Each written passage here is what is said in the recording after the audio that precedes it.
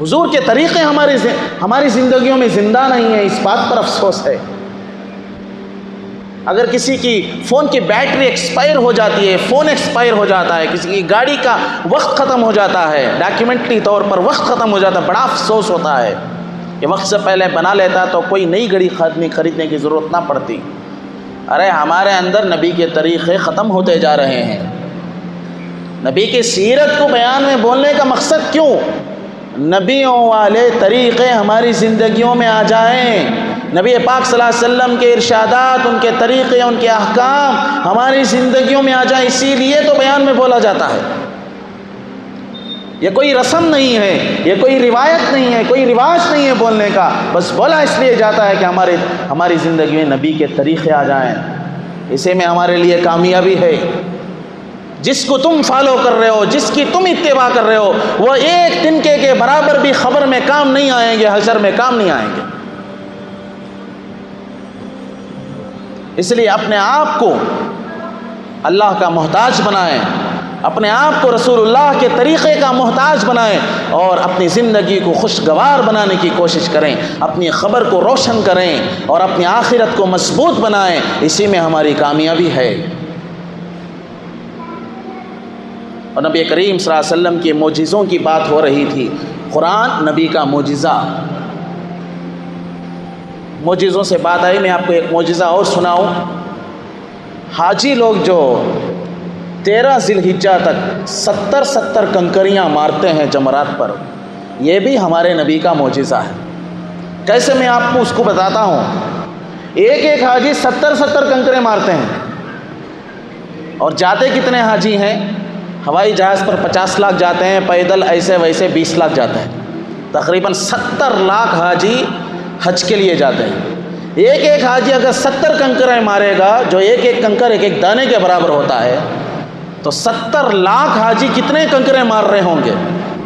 تو ہونا تو تھا ایک بڑا پہاڑ جم جائے، لیکن پہاڑ نظر ہی نہیں آتا، ادھر چھوٹا سا گڈھا ہوتا ہے، اسے کرین میں ہٹا دیا جاتا ہے۔ کیوں ایسا؟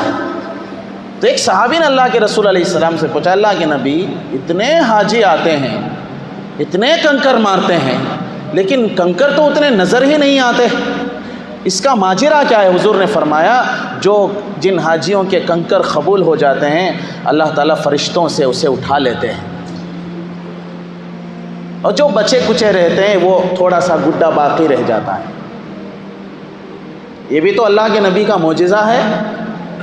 اللہ نے ہمارے نبی کو یہ معجزہ دیا ہے، اور اس معجزے کو اپنی آنکھوں سے حاجی دیکھتے ہیں، اور ایسا نہیں کہ سنا سنایا معجزہ نہیں، یہ دکھایا معجزہ ہے، اور قرآن بھی تو دکھایا معجزہ ہے۔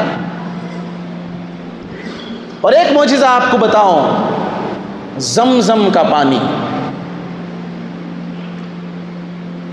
حجۃ الوداع کے موقع پر حضور علیہ الصلوۃ والسلام نے زمزم کا پانی پیا، پینے کے بعد ڈول میں جو باقی رہ گیا تھا اسے کنویں میں ڈالنے کے لیے کہہ دیا۔ یہ اس لیے تھا تاکہ آگے آنے والی نسلوں میں حضور صلی اللہ علیہ وسلم کا تھوڑا سا جھوٹا مل جائے، آپ کی شفاعت دنیا میں مل جائے، وہ اس لیے تھا۔ اور کون سا دنیا میں ایسا کنواں ہے جس سے لاکھوں لوگ پیتے ہوں پانی؟ کوئی ہے کنواں؟ پوری دنیا میں ایسا کوئی کنواں نہیں ہے۔ اور حدیث پاک میں آتا ہے، رسول اکرم صلی اللہ علیہ وسلم نے ارشاد فرمایا، زمزم ایک شفا بھی ہے، زمزم ایک غذا بھی ہے۔ بغیر کھائے پیے عقیدت سے اگر کوئی زمزم 40 دن بھی صرف پیے گا، زندہ رہے گا، مرے گا نہیں وہ، کیونکہ وہ رزق بھی ہے اور وہ شفا بھی ہے۔ ماء زمزم لما شرب له، حضور علیہ السلام نے ارشاد فرمایا، زمزم کا پانی اس کے لیے ہے جس نیت سے اس کو پیا گیا۔ شفا کی نیت سے پیو، شفا، مرض کو دور کرنے کی نیت سے پیو، مرض کو دور ہو جائے گا، صحت کے لیے پیو، صحت، علم حاصل کرنے کی نیت سے پیو، علم حاصل ہوگا۔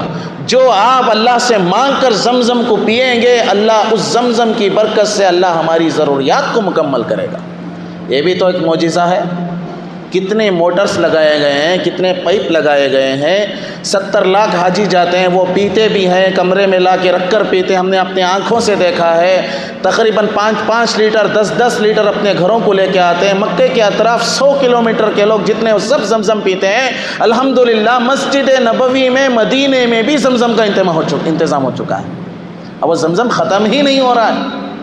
ہمارے کھیت کی بور سوکھ گئی، ہماری کھیت کی بوڑی سوکھ گئی، ہمارے باغ کی بوڑی سوکھ گئی، پانی ختم ہو گیا، زمین بنجر ہو گئی، نہیں، زمزم نہیں ختم ہوگا، قیامت تک زمزم ملے گا۔ یہ اللہ کے نبی کا معجزہ ہے۔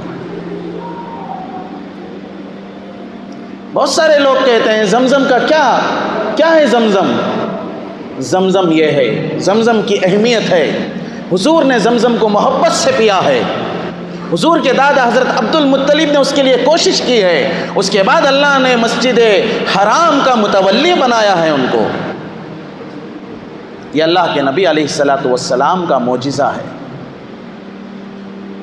شجر و حجر کے نبی، بحر و بر کے نبی، زمین و آسمان کے نبی، کائنات کے نبی، دو جہاں کے نبی، کلمے میں لا الہ الا اللہ کے بعد محمد الرسول اللہ ہے وہاں کے نبی۔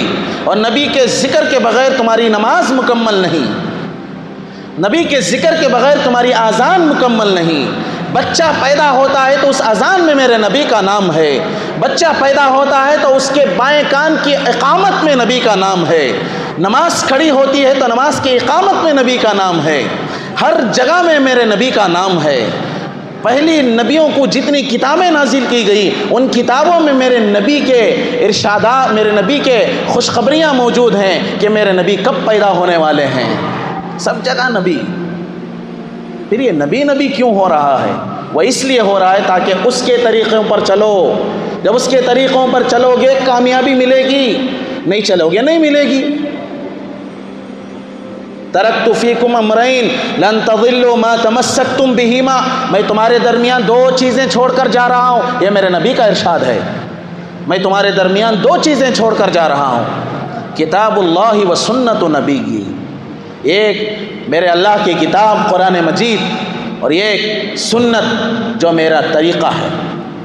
جو طریقہ نبی کا 100% اختیار کرے گا وہ 100% کامیاب ہوگا۔ چھوٹی چھوٹی سنت کو معمولی نہ سمجھیں، یہ میرے نبی کی سنت ہے، یہ میرے نبی کا طریقہ ہے، مجھے اسی پر چلنا ہے، بس اس کو اختیار کرو، محبت سے اختیار کرو۔ اللہ نے اگر چاہا تو اس محبت سے خواب کے ذریعے اللہ کے نبی کا دیدار بھی ہو جائے گا، اللہ کے نبی کی زیارت بھی ہو جائے گی۔ بڑے فرماتے ہیں جس کو سنتوں سے محبت ہوگی اس کے خوابوں میں نبی آئیں گے۔ اور حضور فرماتے ہیں جس نے خواب میں مجھے دیکھا اس نے مجھے ہی دیکھا، جس نے خواب میں مجھے دیکھا اس نے مجھے